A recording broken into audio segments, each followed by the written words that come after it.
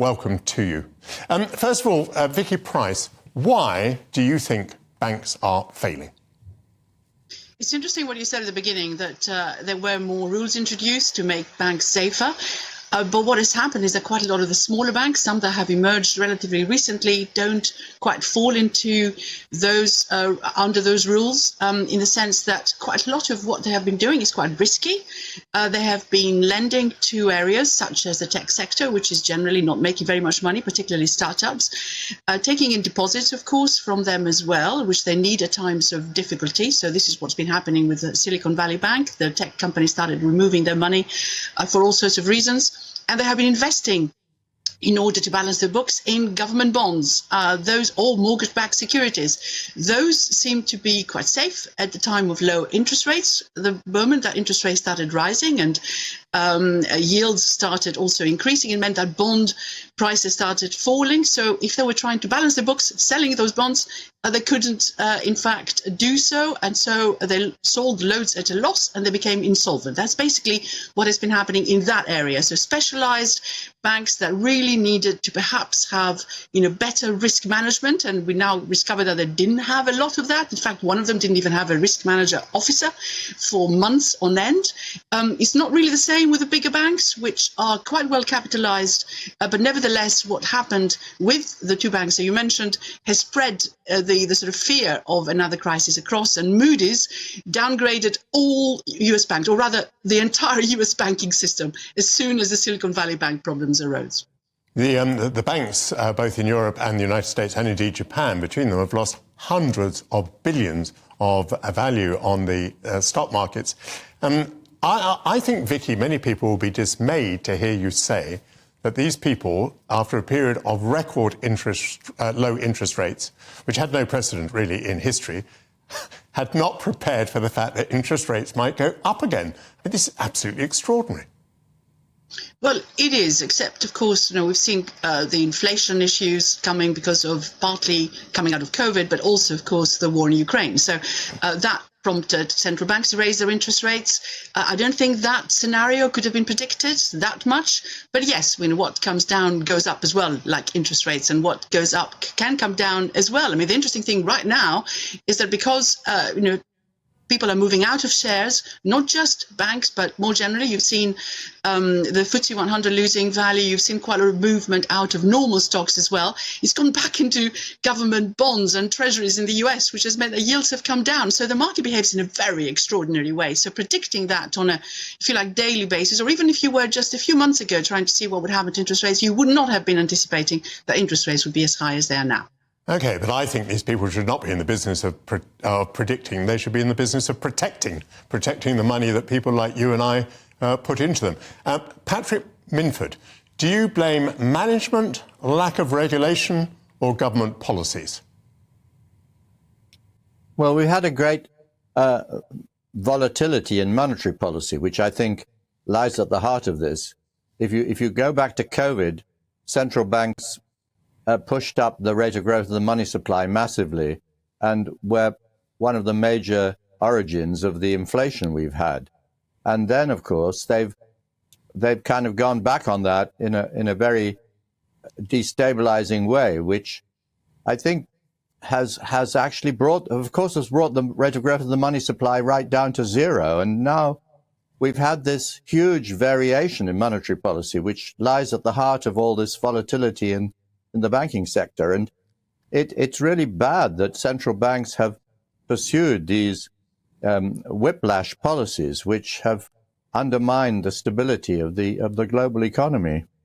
Patrick, did we find last summer, when Liz Truss was Prime Minister, late summer, did we find that our pension funds were also dependent on low interest rates in a way that had not been predicted? And I'm going to put you on the spot here, because you were a supporter of Liz Truss's economic policies. Had you not spotted the fragility of pension funds in that case, their fragility if interest rates were to rise? Well, no, I don't think I was aware, like many people, of just what the pension funds were getting up to with these leveraged policies. And it came as a big surprise, I think, and the regulators had permitted it and even encouraged it. So it was a big surprise, there's no question. But the important thing then was for the Bank of England actually to keep the gilt edge markets stable. And they didn't, you see. So this is another sort of whiplash, because when Liz Truss's government was trying to carry out its new policies, the Bank of England precipitated big swings in the gilt edge market, and of course it should have stabilized those swings, as eventually, of course, it had to, because of the LTI problem of the pension funds. But it should have done so anyway, because what it was doing was implicitly tightening monetary policy through the huge rise in gilt yields, and it wasn't in line with its plans at all. See, what I'm not very reassured by is that every time we have a crisis, we're told that the regulations have been tightened, and then when the next crisis comes along, it turns out that there are things going on that we didn't actually know about. Let's turn to the United States for another opinion. Kathleen Day is on the line. She's a former Washington Post journalist, now a lecturer at the Johns Hopkins Carey Business School. Kathleen, why do you think these banks in the United States have collapsed in the last few days? Because they weren't minding the store. They weren't following common sense. It doesn't take a rocket science to know that sometimes the sun is shining and sometimes it rains. And you know what? Might be a good idea to have an umbrella sometimes.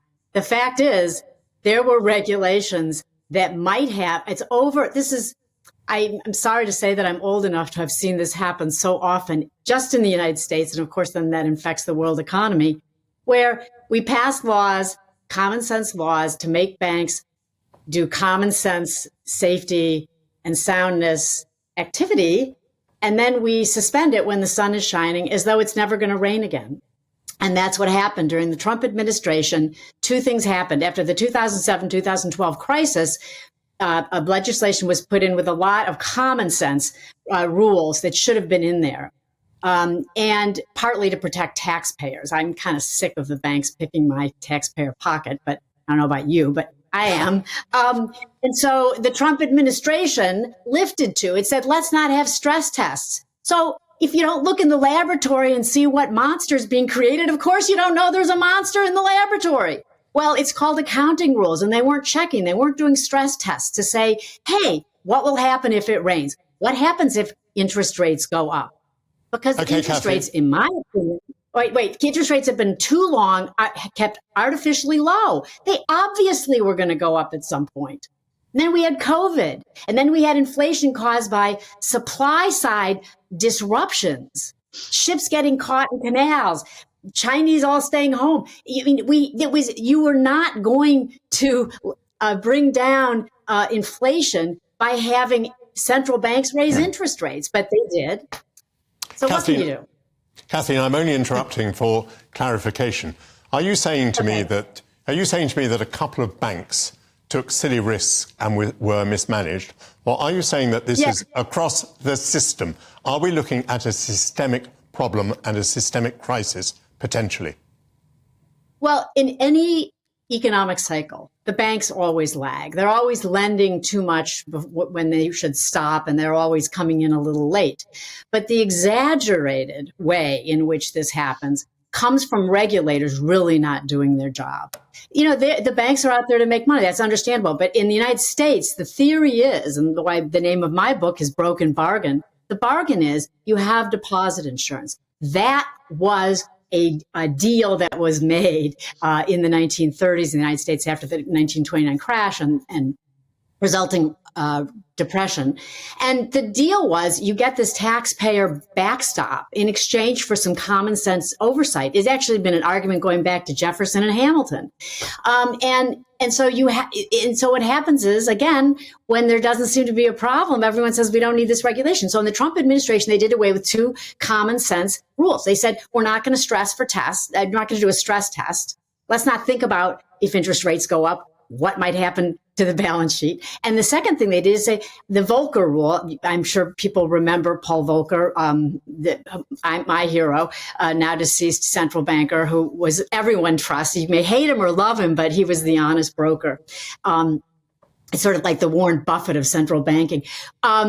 So he thought banks ought not to be gambling with with taxpayer funds. And that's essentially what they're doing, because if they gamble and lose, we then create a systemic risk that for which the government then has to come in and save everybody. So is it across the board? Yes, kind of, but who knows how badly. And by the way, this is more like the 1980s banking crisis because it's a liquidity and interest rate problem. It is not like the crisis of 2007 when they were just making the stupidest loans possible. Kathleen, very, very clear. Thank you very much. I want to ask the other two, just more or less a yes or no answer. Vicky Pryce, should we be very worried?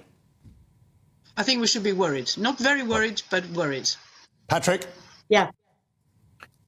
Well, I think we should worry about monetary policy going even tighter when it's clearly become excessively tight, as this crisis shows.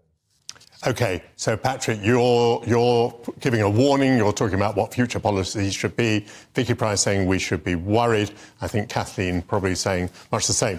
Thanks to all three of you, to Kathleen Day, Professor Patrick Minford, and to Vicky Pryce.